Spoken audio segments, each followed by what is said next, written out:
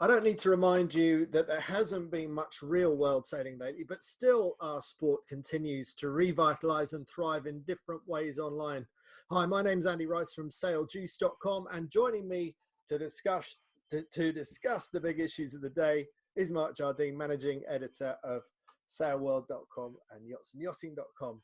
So, Mark, it's been a few weeks. The last time we spoke, we were early into the whole lockdown thing in the UK. How have you been getting on? Wow, what a month it has been. We've had to really turn everything that we do as a business upside down, but I know we're not alone in that. It's the biggest thing, of course, has been there is no normal sailing events, sailing news to report on. So everything that we do has changed. So, how you been filling the time, and how have you been keeping your readership, your viewership entertained? Well, it's a huge number of different strands. We looked upon everything that we do and thought, okay, how can we, first of all, get our readers to interact with us? And that in itself takes on multiple areas. And so, first of all, we asked boat bimblers, everybody who's done the work on their boats through the winter, what they've done, send in the pictures, send in their stories. And we got a flood of those. And then a more recent one, we asked people to talk about their favorite capsize, and we used a brilliant picture of a Merlin rocket going down the mine and the helm of the boat going, well, just deciding to dive off the side as a header photo, calling people in. And we've been simply overwhelmed with the response to it, and it seems everybody wants to tell their story at the moment. Brilliant, brilliant. I mean, it does seem that despite the lack of real world sailing, it is very encouraging to see that the enthusiasm for it just doesn't go away. And at some point, I guess we're going to see some kind of stampede back to the water, or maybe a trickle. We'll have to see. But you've also been running I mean, you've really got heavily into the virtual sailing, the competitions. And so tell us about bringing some of our Olympians together with the grassroots sailors and what you've seen come out of that. Well, yes, this the Lockdown Cup on Virtual Regatta has been, again, a huge learning curve. I'd never streamed anything live apart from Facebook Live, where we'd done a Yachtsman of the Year Awards a couple of years ago. And so I had to learn, okay, how do you stream this virtual regatta live onto YouTube? Then I want to talk to the skippers. So just like you and I here, we are talking on Zoom. To set up a vast Zoom meeting with all the skippers. And I know that's what they've been doing at club racing up and down the country. And then working out how do I inset videos and everything else so that we could make this competition where we had, well, the top sailors from the British sailing team. Then we had our champions, the Nick Craigs, the Dave Hyvies, and various others all together racing in this Lockdown Cup. And the idea of the competition was the top 5 from round 1, top 5, either British sailing team or top amateur sailors, would take on 5 competition winners, 5 of our readers who each applied, and we had hundreds of entries as to whether they could take on the Olympians. And with a commentary, we got Andy Green involved with the commentary as well. This has just taken off, and it's great fun. Huge learning curve, but such good fun. And I really got into it, really enjoyed watching it as well. And how did the amateurs get on against the professionals? Well, amateurs, some of them are just standard amateur sailors, but we found a couple of our applicants were people like the e-sailing national champion and people who've been doing this well before lockdown. So the kind of people who seem to prefer their sailing indoors already. So can they get the better of the Olympians through superior boat handling and knowledge of the system on Virtual Regatta? Not quite. We had Luke Patience was the winner in the end, and he's someone who's only really started playing this since the lockdown. And I'm not sure that's entirely true. No, I mean, I don't know if that's the line that he spun you, but Luke Patience did win at the boat show, the dinghy show one that I did the commentary for, and he was already pretty up to speed on the technology then. I mean, we're only talking early March, but the impression I had was that he's been doing this for a while. Okay, he's played it a little bit, that's true, but not quite to the extent where, well, these Olympians have got time on their hands now, and they, of course, are sailing nuts. Now they're just sailing every single day. So yeah, he's learned quickly. So the Olympians are still a cut above weekend sailors, even in the virtual world. Then are they? Given the time to practice, they can still exert that sort of difference. Yes, and it was actually very interesting to be able to watch them sail and at the same time talk to them. And what was so interesting was how quickly they make their decisions. And Luke especially, there was just the hint of a cover going on him downwind, and he was straight off into a pair of jibes. And it's this high speed decision making, well, of course, as well as the boat speed that you'd have out on the water, but the high speed decision making was the difference on the virtual racecourse. Right. Okay. So anyway, I mean, on that point of just how relevant is virtual regatta and this kind of e-sailing to real world sailing, I joined in on one of Hugh Styles's virtual coaching sessions. Hugh's not far from you in Lymington. And he's an ex-Olympian himself in the Tornado, and he's coached some of the top Brits over the years, both in the radial, more recently in the Nacra 17. So he knows his way around the scene, and so some of his sailors, one of whom was Henry Bomby, who's an aspiring Olympian himself in the new double-handed offshore keelboat for Marseille 2024. He was one of the people in on the session, and Hugh's basically using the races as a coaching session and talking his clients their way around the race course, asking them why they did this, had they considered doing that instead. And the task that I asked them to take on when I went in to watch was coming through the fleet, coming back from a bad start, and have you got the means, have you got the intelligence to be able to climb your way back through the fleet? And it is interesting, and people are learning stuff that they can apply back to the real world, to the point where Henry Bomby, he also does a bit of tactics on one of the fast 40s in the Solent, said that he doesn't think that he would go to a fast 40 weekend now without having done a bit of virtual regatta the day beforehand, just to sharpen up his tactics. So I was quite impressed with that as an endorsement of what virtual regatta can do for your sailing. I completely agree there. Without doubt, it can sharpen you up. But there could be a downside to that. And a good example was watch the windward mark groundings. And you will see people pile in on port, quite often just accepting the penalty. Right. And you will see them, they turn into a ghost boat and the other boat sails directly through them. And if people start to have this too much on the mind, we're going to see some colossal crashes at that windward mark. Do you think it will reach the point where the racing rules of sailing will have to be rewritten according to virtual regatta? Will the tail end up wagging the dog? No. At the moment, I think this is a case of virtual regatta. It's a brilliant piece of software, and we're very, very lucky to have it. But there are, of course, things in the game which aren't quite the same as what we have on the water. And I think we've just got to remember, it's a game, and it can help. Yes, of course, it can help us sharpen our skills, but it's no substitute for the real thing. I played on another one called SailX a few years ago, which is also really, really good. But there are some really strange people that show up in these races. I mean, they just out to hound you and ruin your day. They derive more pleasure from ruining somebody else's day than actually trying to win the race, which I find really strange. There's some kind of trolling going on in e-gaming as well.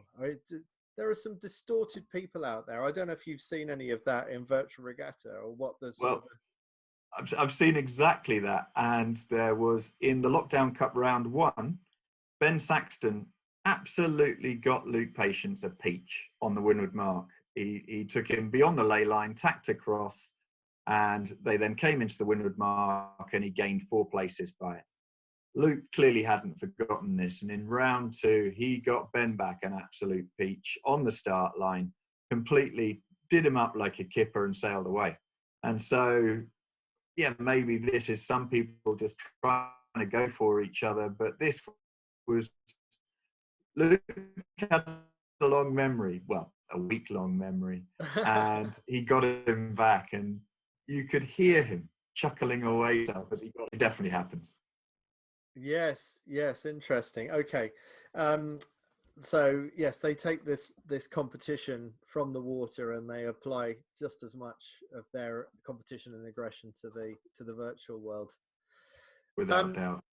So I've also been taking the opportunity to interview some of the Olympic sailors, particularly the 49er and the Nacra sailors, where I've already got a fairly close affiliation through having done some commentary for those classes over the years. And so I've been running back through key races in some of the recent World Championships, either at Auckland last year or in Geelong in Melbourne early on in 2020. And so that's been a lot of fun for me to speak to the likes of Nathan Outteridge and Vittorio Bissaro, the Italian sailor that won the Worlds last year, and Steph Roble and Maggie Shea, who won the medal race in the 49er FX Worlds earlier this year. And that was a race they absolutely had to win because the American trials to go to the games all came down to that final race between the 2 American boats in that medal race. So I've had a lot of fun interviewing those sailors, getting to know them better as people, but also running through some of their thinking and their sort of approach and philosophy to the racing through watching it through the lens of one of these particular 30-minute races, which has really been fun. I think one of the great things is that these top sailors have time on their hands and they're happy to chat to you. They're not rushing between events, and it means we can get a real insight into how they think, what they were thinking during these key moments. And it's fascinating listening to them.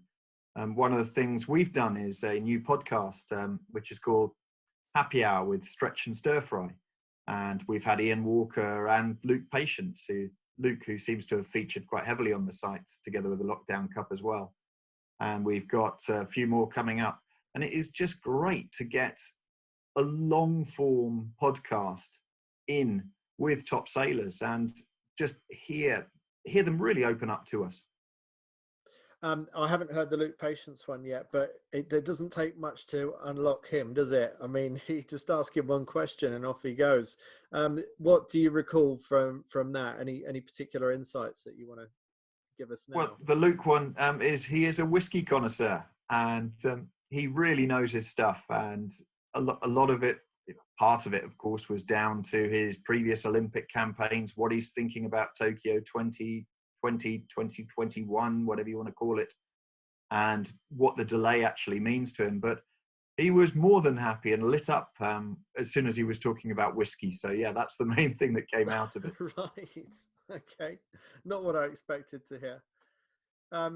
And what have you got lined up in the coming weeks? Is it a continuation of some of the virtual gaming, or have you got other things coming on stream? Oh, we've got a combination of things. Of course, the virtual gaming, we're extending everything we're doing. There are more partnerships coming into place. And the event I'm organising right now is the Lockdown Ashes. So we're going to see the top Australian sailors take on the top UK sailors. And funnily enough, there is absolutely no shortage of top British sailing team and Australian sailing team members who are just itching for this one. And yeah, really looking forward to that. When it comes to editorial, we are just continuing to build on everything. And just on Friday, we ran a new Dougal Henschel article, The Greed for Speed. And the readership of that's just gone stratospheric. So people's appetite for good editorial and good sailing content seems completely undiminished, if anything, increased. Yes. Yeah. Well, what else do we do? This is the world that we're in. In terms of actually getting back to sailing, what are you hearing, if anything, about? I mean, is it even worth asking the question? I suppose. I mean, as we speak today, Boris Johnson has just given his first address to the nation after recovering from coronavirus himself. So the Prime Minister promises that he's going to be more transparent and tell us more about what the government is thinking. But then in other countries, I was on a Swedish sailing radio show the other day, and they're still able to go sailing if they choose to do so. And actually in Australia, it's still been, there's been opportunities to go sailing. I don't think many have taken it, but it does vary around the world. And I hear Japan, they've still been going sailing there as well, some of the Olympic sailors. So, I mean, do we take a pointless punt on when we think the first regatta is going to be again in the UK? When would you say? It's complete speculation. Anything that we say is going to be based on our hunches. And I'd say coming up with a date as to when we're allowed out in the water, when we're allowed to club sail, when will be the first event that will involve sailors from outside your club, your hive, your little group of sailors. It's a complete punt to come out with a number. I would like to get out on the water end of June. I'm just going to say I would like to get out on the water by the end of June. Yeah, I would like to is a completely different thing. I would like to tomorrow, but I mean, look, there's no doubt about that, Andy. You know, I want to go out. It's another sunny day. I want to be out on the water. But I think you're being optimistic if you think we will actually be able to. Of course I am. Well, I hope you're right. Yeah, I mean, I was speaking with Selden the other day, the mask maker who sponsored the Sailjuice Winter Series that I run, and we were talking about, well, what ifs of whether that series kicks off this November, which is when the first event is at Draycott Water. We have a lot of single-handed sailors compete in the thing. Maybe if you restricted it to single-handed sailors only, maybe that opens it up a little bit. But then what if someone needs rescuing, particularly me and my Musto skiff? That could be embarrassing. As soon as you need rescuing, then maintaining social distancing starts to become difficult. So maybe you have to restrict the kind of boats. Maybe you don't have such extreme high performance boats that tend to tip over a lot. Maybe if you keep it to RS Aeros and lasers, and you have to have a minimum standard of competence or something. I don't know. There's an awful lot of what ifs to get in there, but you know, there are a huge number of what ifs, and I think it was an idea that was mooted by Nicola Sturgeon of having 10 people in a friend group that you can then socialize with. Well, of course, if you're in a double hander, you make your crew one of those, and that solves that one. When it comes to being rescued, I think the big area would have to be wind limits, trying to make sure that you are limiting the amount of times that you might possibly need to be rescued. And so let's take another punt with a strange figure here. 15 knots, let's say, where you turn into the upper wind limit for events, and just trying to make sure you minimize contact and keep that social distancing. When you go to the shops, you are having a form of social interaction. You are touching, foods which no doubt other people have also touched. And I think the mental well-being has to play a part in this. And for us to do sport is hugely beneficial to our mental well-being. And as time goes on, the balancing act between protecting yourself against COVID-19 and protecting yourself against mental issues, I think, has to be played. And I think we have to look at how sailing can take place, but in as safer environment as possible. And so, yes, of course, all these things need to be considered, but I'm sure there is a way forwards. And as long as the authorities use some kind of pragmatism, and I think it is the pragmatism that comes into it rather than idealism, then we will get out on the water. Talking about the ultimate in social distancing in sport, I've also been doing interviews with people like Nick Moloney on facing your fears.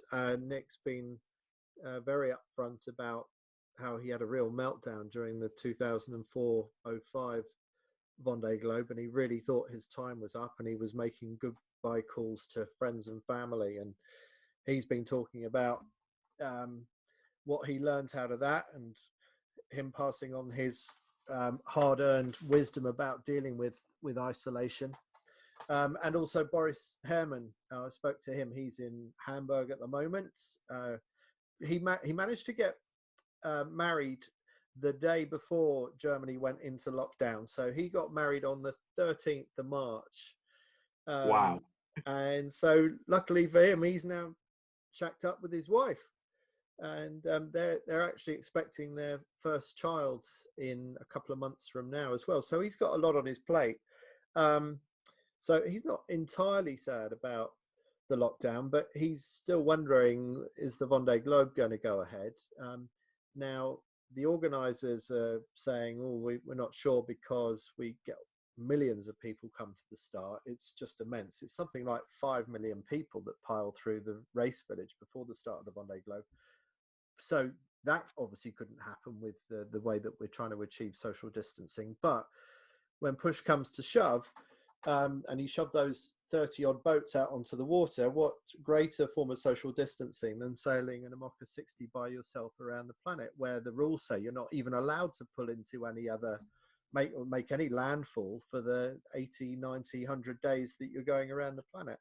And as Boris pointed out, you know, if you go down to the start in Les Sables d'Olonne and you self-isolate for 14 days beforehand, so that you know that when you step on the boat and they fire the start gun that you're already definitely coronavirus free because you've been through the incubation period, then why shouldn't it happen? So if it does happen, yes, the organisers of the Vendee Globe will lose all the sales of those hot dogs and waffles and whatever else people eat at the start, but imagine the global audience that you will have for the Vendee Globe this winter. If there's no football, if there's no rugby, if these other stadium sports aren't able to happen, it could be an enormous opportunity for the Vendee Globe.